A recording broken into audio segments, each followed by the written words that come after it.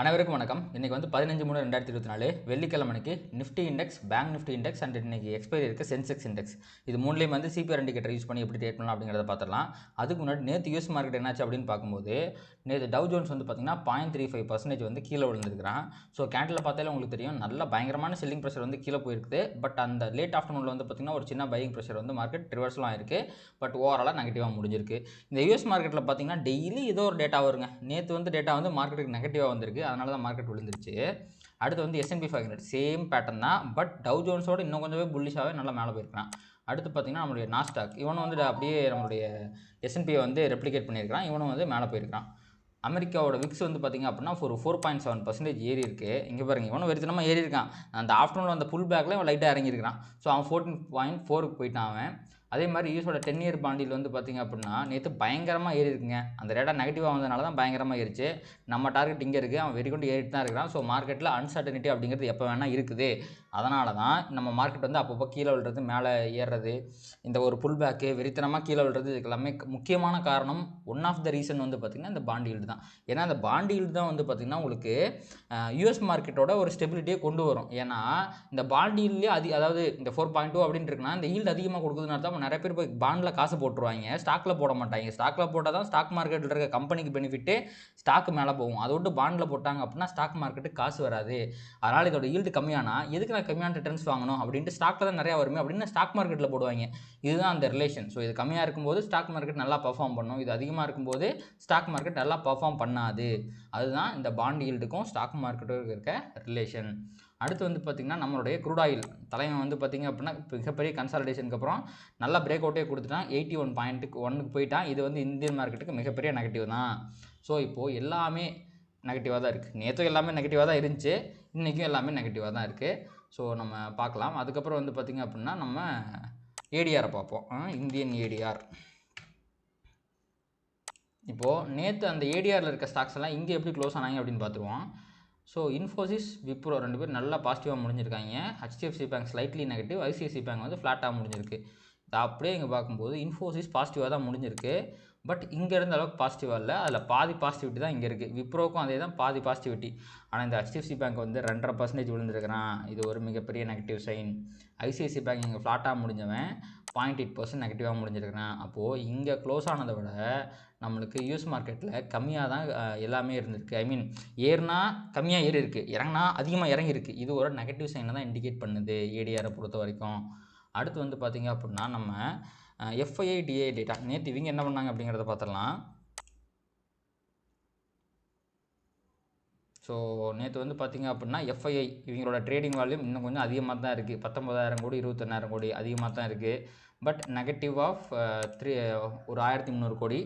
அடுத்து வந்து டிஐ வந்து பார்த்திங்க அப்படின்னா இவங்க ட்ரேடிங் வால்யூம் வந்து நார்மலாக இருக்குது. ஒரு வெறும் 139 கோடி தான் வாங்கி வச்சுருக்காங்க. இவங்களும் எவ்வளோ காலத்துக்கு தான் சப்போர்ட் பண்ணுவாங்க அது நம்ம பொறுத்திருந்து பார்ப்போம். இன்னும் பாசிட்டிவாக தான் இருக்காங்க இவங்க. நான் இன்னும் விற்கலாம் ஆரம்பிக்கல. இவங்க விற்றுருந்தாங்கன்னா இன்னொரு பிளட் பாத் வந்திருக்கும் நேற்றைய மார்க்கெட்டில்.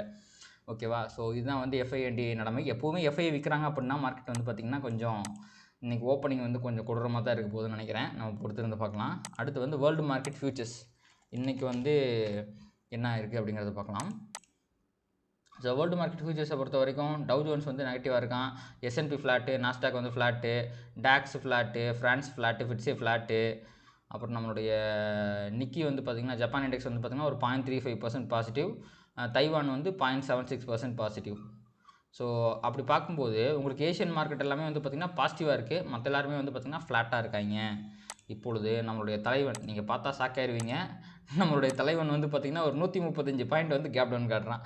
நேற்று நம்மளுடைய ஃபியூச்சர் இருக்குது பார்த்திங்களா, நம்மளுடைய ஃபியூச்சரோட க்ளோஸ் வந்து பார்த்திங்கன்னா 264. இப்போ அவன் காட்டுற பாயிண்ட் வந்து பார்த்திங்கன்னா 130. அதான் 130 பாயிண்ட் உங்களுக்கு கேப் டவுன் இண்டிகேட் பண்ணுறான். நேற்று இந்த மாதிரி தான் மார்னிங் இருந்துச்சு. பட் அதுக்கப்புறம் நல்ல ரெக்கவரி வந்ததுனால தான் உங்களுக்கு வந்து நம்ம எதிர்பார்த்த அளவுக்கு அந்த கேப் டவுன் கிடைக்கல. 15 பாயிண்ட்டும் நம்ம தான் கேப் டவுன் ஆச்சு, நல்லா ரெக்கவரி வந்துச்சு. ஸோ இப்போதைக்கு அவன் 130 பாயிண்ட் காட்டுறான். இதுக்கப்புறம் நம்ம பேசி முடிச்சு வீடியோ அப்லோட் பண்ணதுக்கப்புறம் ஏறினா அப்படின்னா அப்போ அவன் இருக்கிற இடத்த பொறுத்து தான் உங்களுக்கு gap up and gap down அப்படிங்கிறது அமையும். ஸோ அப்போது நிஃப்டியில் 130 பாயிண்ட் கேப் டவுன் ஸ்பாட்லேருந்து அப்படின்னா உங்களுக்கு என்ன ஆகும்? ஸோ 150லேருந்து 22,000 கிட்ட தான் திருப்பி ஓப்பன் ஆக போகிறான். 22,021 அப்படிங்கிற ரேஞ்சில் ஓப்பன் ஆக போகிறான். திருப்பி இந்த 22,000 பிரேக் பண்ணி கீழே போயிட்டான் அப்படின்னா அகைன் ஒரு மிகப்பெரிய செல்லிங் ப்ரெஷர் வர்றதுக்கு வாய்ப்பு இருக்குது. அது எப்படி இருக்க போகுது அப்படிங்கிறத நம்ம பார்க்கலாம். ஸோ இப்போ நம்ம வந்து இதை வந்து ஆன் பண்ணி விட்டுட்டு நம்ம டுமாரோ சிபிஆர் வந்து ஆன் பண்ணிடலாம். ஓகேங்களா? அப்போ நிஃப்டியில் இன்றைக்கி ஒரு இன்சைட் சிபிஆர் ஃபார்ம் ஆகிருக்கு. இன்சைட் சிபிஆர் ஃபார்ம் ஆனால் ட்ரெண்டிங் டே அப்படிங்கிறது அர்த்தம். ஓகேங்களா? அப்போது ப்ரைஸ் வந்து 130 பாயிண்ட் உங்களுக்கு வந்து கீழே வருது அப்படின்னா அரௌண்ட் ஒரு 0.5% வந்து கேப் டவுன் ஆகிறதுக்கு வாய்ப்பு இருக்குது. சிபிஆருக்கும் S1க்கு இடையில் கேப் டவுன் ஆகுது. அப்போது மிகப்பெரிய கேப் டவுன். அந்த கேப் டவுனில் ப்ரைஸ் வந்து ஒரு சின்ன ப்ராஃபிட் புக்கிங்கில் இப்படி மேலே வருது, சிபிஆர்லேருந்து திருப்பி கீழே போகுது அப்படின்னா அது ஒரு ஹை ப்ராபபிள் ட்ரேடிங் ஆப்பர்ச்சுனிட்டி. இது ஃபஸ்ட்டு ட்ரேடிங் ஆப்பர்ச்சுனிட்டி நிஃப்டியை பொறுத்த வரைக்கும். ரெண்டாவது, இங்கேருந்து இந்த S1 டேலோ இது ரெண்டையுமே உடச்சி கீழே போகிறான் அப்படின்னா அது வந்து செகண்ட் ட்ரேடிங் ஆப்பர்ச்சுனிட்டி, ஒரு ட்ரெண்டிங் டேக்கான வாய்ப்புகள் இருக்கிறது. மூணாவது ட்ரேடிங் ஆப்பர்ச்சுனிட்டி, நம்ம சொல்கிறாங்க டெய்லியுமே சொல்கிறாங்க மேலாம் வரமாட்டான்னு, ஆனாலுமே புல்ஸ் வந்து இன் கண்ட்ரோலில் தான் இருக்காங்க. நேற்று ஏதோ ஒரு நல்ல பாசிட்டிவ் ஃபிச்சிலிருந்து ஒரு நல்ல டேட்டா விட்டு எக்கனாமி நல்லா இருக்குன்னு ஒரு டேட்டா விட்டு ஏற்றிட்டாங்க. அப்படிலாம் அது கீழே இங்கேருந்து ரிவர்ஸில் கீழே போயிருக்க வேண்டிய மார்க்கெட்டு தான். டேட்டா விட்டோடனே வந்து மேலே போயிட்டான், பட் அகைன் கீழே வந்துட்டான். அது விடுங்க, அது வேறு மேட்ரு. ஸோ டெய்லியுமே வந்து பார்த்திங்கன்னா மார்க்கெட் ரிவர்சல் அப்படிங்கிறதும் ஆகுது. அதனால் வந்து பார்த்திங்கன்னா மார்க்கெட் புல்லிஷாக தான் இருக்குது. 22,000 தாண்டி கீழே க்ளோஸ் வைக்காத வரைக்குமே, ஒரு நாளில் சொல்கிறேன் பர்டிகுலர் டேயில் க்ளோஸ் வைக்காத வரைக்குமே மார்க்கெட்டில் ரிவர்சல் அப்படிங்கிறது எதிர்பார்க்கலாம் நம்ம. அதனால் ப்ரைஸ் பிடிஎல் கிட்டேயோ இல்லை S1 கிட்டேயோ இல்லை பிடிஎல் கிட்டேயோ ரிவர்ஸ் ஆகிறதுக்குமே வாய்ப்பு இருக்குது. அப்படி ரிவர்சல் பேட்டர்ன் வந்து கன்ஃபர்மேஷன் வந்ததுக்கப்புறம் நீங்கள் அந்த ஒரு ட்ரேடுமே எடுக்கலாம். அதுவுமே ஒரு ஹை ப்ராபபிள் ட்ரேடு தான். அப்போ எனக்கு நிஃப்டியை பொறுத்த வரைக்கும் சிபிஆர்லேருந்து இங்கே ரிவர்சல் ஆகுது, ஆர் ஈவன் மேலே போய் R1லேருந்து ரிவர்ஸ் ஆனாலும் சரி, R1 பிடிஎல் இங்கே இருக்குது, ஸோ R1 பிடிஎல்லேருந்து ரிவர்ஸ் ஆனாலும் சரி, இதில் வந்து இங்கே ப்ரைஸ் வந்து கேப் டவுன் ஆகி சிபிஆர் கிட்ட வந்து ரிவர்ஸ் ஆனாலும் சரி, இது அதே மாதிரி S1லேருந்து ரிவர்ஸ் ஆனாலும் அது பிடிஎல்லேருந்து ரிவர்ஸ் ஆனால் இது மூணுமே நீங்கள் ட்ரை பண்ணலாம். நாலாவதாக இருக்கிற ட்ரேடிங் ஆப்பர்ச்சுனிட்டி தான் ட்ரெண்டிங். அந்த ட்ரெண்டிங் வந்து பார்த்திங்கன்னா S1 பிடிஎல் ரெண்டையுமே தாண்டணும். அதாவது 21,900 கீழே தாண்டினா தான் உங்களுக்கு ட்ரெண்டிங் வர்றதுக்கு வாய்ப்பு இருக்குது. ஸோ மார்க்கெட் ஆல்ரெடி பெரிய கேப் டவுன் ஆகிறதுனால இது கொஞ்சம் கஷ்டங்கிற மாதிரி எனக்கு தெரியுது. பட் பொறுத்திருந்து பார்க்கலாம். ஸோ இதுதான் வந்து நிஃப்டியை பொறுத்த வரைக்கும். அண்ட் நிஃப்டியில் இருக்க இதே ஆப்பர்ச்சுனிட்டிஸ் தான் உங்களுக்கு சென்செக்ஸ்லையும் இருக்க போகுது. நீங்கள் அதுலேயுமே இதே பேசிக் வச்சு தான் நீங்கள் வந்து ட்ரேட் பண்ணுவீங்க. இருங்க, நான் அதுவும் வந்து ஓப்பன் பண்ணிக்கிறேன். கண்ணுக்கு தட்டுப்பட மாட்டேங்குது சென்செக்ஸு. வாரத்தில் ஒருக்காக தான் ட்ரேட் பண்ணுறோமா, எங்கேயோ ஒளிஞ்சிருக்கான் அவன். இங்கே இருக்கான் பாருங்கள். ஸோ சேம் பேட்டர்ன் தான் உங்களுக்கு வந்து பார்த்திங்கன்னா சிபிஆர் ரிவர்சல், கீழே வந்து S1 பிடிஎல் ரிவர்சல், மேலே R1 BTh reversal and S1 trending. இதில் வந்து அந்த ப்ரைஸ் ஆக்ஷனுக்கு எந்த மாதிரி ஃபார்ம் ஆகுதுங்கிறத பொறுத்து ட்ரேட் எடுக்கலாம் நீங்கள். அடுத்து நம்ம வந்து பேங்க் நிஃப்டிக்கு பக்கம் போயிடுவோம். பேங்க் நிஃப்டியில் வந்து பார்த்திங்க அப்படின்னா அதே 0.5% கேப் டவுன். அப்படி இன்றைக்கி பாருங்கள் டிசனிங் சிபிஆர் ஃபார்ம் ஆயிருக்கான், இன்சைட் சிபிஆர்லாம் கிடையாது. ஏன்னா நேற்று தான் நிஃப்டி தான் வந்து பாசிட்டிவாக க்ளோஸ் ஆனால், ஆனால் பேங்க் நிஃப்டி வந்து பார்த்திங்கன்னா நெகட்டிவாக தான் க்ளோஸ் ஆயிருக்கான். நான் அந்த எக்ஸ்பைரி டே எஃபெக்ட் நான் சொன்னேன் பார்த்தீங்களா, அதனால் ஈவன் தோ உங்களுக்கு ரெக்கவரி வந்தாலும் அது அப்படியே செல் ஆஃப் ஆகி கீழே வந்துருச்சு பாருங்கள். ஓகேங்களா? ஸோ இவன் வந்து இன்றைக்கி வந்து ஒரு 0.5% வந்து நெகட்டிவ் காட்டுறான்னா, கிட்டத்தட்ட சேம் இதுவே 0.5% வந்து அவன் கேப் டவுன் ஆகும்போது பிடிஎல் S1க்கு பக்கத்தில் ஓப்பன் ஆவான். அப்போ இவனுக்கான ட்ரேடிங் ஆப்பர்ச்சுனிட்டி என்ன? S1 பிடிஎல் நிஃப்டி அளவுக்கு வந்து பார்த்திங்க அப்படின்னா மிகப்பெரிய வைடாலாம் கிடையாது, ரெண்டும் பக்கத்தில் தான் இருக்குது. அப்போது S1 பிடிஎல் ட்ரெண்டிங், இது கீழே போனால் S2 வரைக்கும் போகிறதுக்கு வாய்ப்பு இருக்குது. சப்போஸ் இங்கேருந்து ப்ரைஸ் ரிவர்ஸ் ஆகி மேலே வருது அப்படின்னா அவன் சிபிஆர் வரைக்கும் வர்றதுக்கு வாய்ப்பு இருக்குது. அங்கேருந்து ரிவர்ஸ் ஆகிறதுக்கு வாய்ப்பு இருக்குது. ஏன்னா டிசெண்டிங் சிபிஆர் வந்து ப்ரைஸ் R1க்கு மேலே க்ளோஸ் வச்சா தான் ட்ரெண்ட் ரிவர்சல் அப்படிங்கிறது அர்த்தம். அது வரைக்குமே வந்து பார்த்திங்கன்னா மார்க்கெட்டில் நீங்கள் ரிவர்சல் ட்ரேட் தான் எதிர்பார்க்கணும். அப்போது வந்து CPR reversal or R1 reversal. Even நேற்று வந்த மாதிரியே உங்களுக்கு வந்து S1லேருந்து ரிவர்சல் வந்தால் நீங்கள் ட்ரை பண்ணலாம், S1 ட்ரெண்டிங்கும் ட்ரை பண்ணலாம். நிஃப்டியில் சொன்னால் அதே ட்ரேடிங் ஆப்பர்ச்சுனிட்டிஸ் தான் நான் இதுலேயும் சொல்கிறேன். பட் நீங்கள் நிஃப்டியை விட பேங்க் நிஃப்டியில் இன்றைக்கி அந்த ட்ரேடிங் எல்லாமே வந்து கொஞ்சம் ஹை ப்ராபபிளாக வரதுக்கு வாய்ப்பு இருக்குது. ஏன்னா நிஃப்டியில் வந்து பார்த்திங்கன்னா கொஞ்சம் வைடு இன்சைட் சிபிஆர் ஃபார்மாக இருந்தாலுமே உங்களுக்கு பாருங்களேன் இந்த ஸ்பேஸ் வந்து கொஞ்சம் கம்மியாக இருக்குது. உங்களுக்கு கீழே இங்கே பார்த்தீங்களா S1க்கும் பிடிஎல் இடையில இருக்க டிஸ்டன்ஸ் ரொம்ப அதிகமாக இருக்குது. அதே மாதிரி மேலேயுமே வந்து ப்ரீவியஸ் டே ஹைக்கும் R1க்கும் இடையில இருக்க டிஸ்டன்ஸ் அதிகமாக இருக்குது. அப்போ உங்களுக்கு ப்ரைஸ் மூவ் ஆகிறதுக்கு பெருசாக ஸ்பேஸ் அப்படிங்கிறது இல்லை. ஆனால் பேங்க் நிஃப்டியில் கிளியராக உங்களுக்கு பாருங்கள், இது வந்து குட்டியாக இருக்கா, அதே மாதிரி தான் மேலேயும் குட்டியாக இருக்கும். அதே மாதிரி ஸோ உங்களுக்கு ப்ரைஸ் மூவ் ஆகிறதுக்கு பேங்க் நிஃப்டியில் மிகப்பெரிய ஸ்பேஸ் இருக்குது. அப்போ நீங்கள் வந்து ஈவன் தோ உங்களுக்கு வந்து ஒன்று வந்து நீங்கள் நிஃப்டியில் பண்ணலாம், இல்லைனா சென்செக்ஸில் பண்ணலாம். ஏன்னா நிஃப்டியோட ப்ரைஸ் ஆக்ஷன் தான் சென்செக்ஸ் ஃபாலோ பண்ணும். சென்செக்ஸில் பண்ணிங்க அப்படின்னா உங்களுக்கு வந்து ஒரு எக்ஸ்பைரி டே அப்படிங்கிறதுனால ஆப்ஷன்ஸ் எல்லாம் இருக்கும்போது நல்ல ஒரு ஆப்பர்ச்சுனிட்டி கிடைக்கிறக்கு வாய்ப்பு இருக்குது. அதை விட நீங்கள் பேங்க் நிஃப்டியில் பண்ணலாம். பட் நீங்கள் இன்றைக்கி நிஃப்டியில் எடுக்கிறதுக்கு பேங்க் நிஃப்டியில் எடுக்கலாம். ஏன்னா ப்ரைஸ் மூவ் ஆகிறதுக்கு ஸ்பேஸ் இருக்குது அப்படிங்கிறது என்னோட எண்ணம். பட் நீங்கள் உங்களோட கன்வீனியன்ஸ்க்கு ஏற்ற மாதிரி ட்ரேட் பண்ணிக்கங்க. ஓகேங்களா? ஸோ இதுதான் வந்து சிபிஆர் இண்டிகேட்டர் பொறுத்த வரைக்கும். இப்போ நம்ம இதை அப்படியே ஆஃப் பண்ணி விட்டுட்டு நம்ம ப்ரைஸ் ஆக்ஷனுக்கு போயிடுவோம். ஸோ ப்ரைஸ் ஆக்ஷனை பொறுத்த வரைக்கும் ஃபஸ்ட்டு நிஃப்டியிலேருந்து ஆரம்பிச்சிருவோம். நிஃப்டியில் நம்ம சொன்னோம் பார்த்திங்களா, ஒரு மிகப்பெரிய ட்ரெண்ட் லைன் பிரேக் அவுட்டை கொடுத்துட்டான் அப்படின்னு. இப்போ மேலே போயிருக்கேன் பார்த்தீங்களா, இந்த மீம்ஸ்லாம் வருமே ஆக்டிங் மேடம் இது அப்படின்ட்டு, அந்த மாதிரி இது வந்து ஆக்டிங் மேடம்.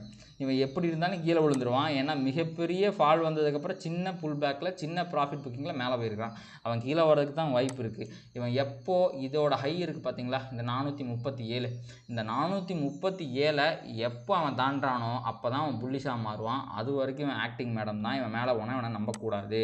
அப்படி இல்லைனா நான் இவ்வளோ பெரிய டவுன் ட்ரெண்டுக்கு அப்புறம் மார்க்கெட் அட்லீஸ்ட் ஒரு 5-6 நாள் கன்சால்டேட் ஆகி மேலே போனால் கூட இவனை நம்பலாம், இவன் புல்லிஷாக இருக்கான் அப்படின்ட்டு. ஏன்னா இவ்வளோ பெரிய பிரேக் அவுட் கொடுத்ததுக்கப்புறம் seller should take the price to the lower and lower, ரொம்ப கீழே கொண்டு போகணும். ஒரு வேளை கொண்டு போக முடியல அப்படின்னா, கன்சாலேட் ஆகுது அப்படின்னா ஓகே, அவங்கள்ட்ட சென்த்து பத்தலை அப்படிங்கிறத தெரிஞ்சுக்கிட்டு ஒரு பிரேக் அவுட் கொடுத்ததுக்கப்புறம் நம்ம பாசிட்டிவ்னு நம்பலாம். இவன் இன்றைக்கே மேலே போனான்னா கண்டிப்பாக நான் இவனை நம்ப மாட்டேன். ப்ளஸ் இன்றைக்கி வேணே பெருசாக மேலே போகிறதுக்கான வாய்ப்பு இல்லை. ஏன்னா ஆல்ரெடி மிகப்பெரிய கேடவுன் அப்படிங்கிறது இண்டிகேட் பண்ணுது. ஸோ ப்ராப்ளம் மார்க்கெட் கீழே போகிறதுக்கு தான் இதுக்கப்புறம் ஃபர்தராக வாய்ப்பு இருக்குது. எலெக்ஷன் வேறு வருது, ஒரு அன்சர்டனிட்டி இருக்குது. ஆட்சி மாறுமா இல்லை வந்து தொங்கும் கூட்டணி அமையுமா அப்படின்ட்டு பல கருத்து கணிப்புகளை நடத்தி டெய்லியும் வந்து பார்த்திங்கன்னா நியூஸை போட்டுட்ருக்காங்க. அந்த எலெக்ஷன் அன்சர்டனிட்டி முடிகிற வரைக்கும் மார்க்கெட் இதுக்கப்புறம் ஆல் டைம் ஹையை அடிக்கிறதுக்கு வாய்ப்புகளே கிடையாது. நிறையா கீழே விழுறதுக்கு வாய்ப்பு இருக்குது.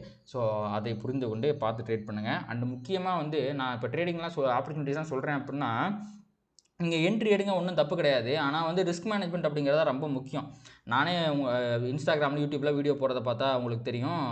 அப்பப்போலாம் இல்லை, உங்களுக்கு வந்து பார்த்திங்கன்னா இன்ட்ராடே டெய்லியும் பண்ணுறதுனால நிறையா லாஸஸ்லாம் வரத்தான் செய்யும். அப்படி லாஸ் வரும்போது நீங்கள் என்ன பண்ணணும் அப்படின்னா, ஒரு நாளைக்கு வந்து பார்த்திங்கன்னா 1%லேருந்து 2% தான் நீங்கள் இன்ட்ராடேயில் லாஸ் பண்ணணும். அதுக்கேற்ற மாதிரி முதல்ல நீங்கள் கேபிட்டலை பில்ட் பண்ணணும். அந்த கேபிட்டல் இல்லாமல் வெறும் 10,000 20,000 வச்சு நீங்கள் ஆப்ஷன் பையிங் பண்ணுறீங்க, இல்லைனா வந்து ஒரு 50,000 வச்சு ஆப்ஷன் செல்லிங் பண்ணுறீங்க அப்படின்னா, ரிஸ்க் மேனேஜ்மெண்ட்டுக்குன்னு தனியாக கொஞ்சம் அமௌண்ட்டை வச்சுக்கணும். நீங்கள் இந்த ரெண்டுமே பண்ணல அப்படின்னா ஒரே ஒரு நாள் போதும், நீங்கள் நிறையா லாஸ் பண்ணுறதுக்கு வாய்ப்பு இருக்குது. அதனால் அப்படி பண்ணவே பண்ணாதீங்க.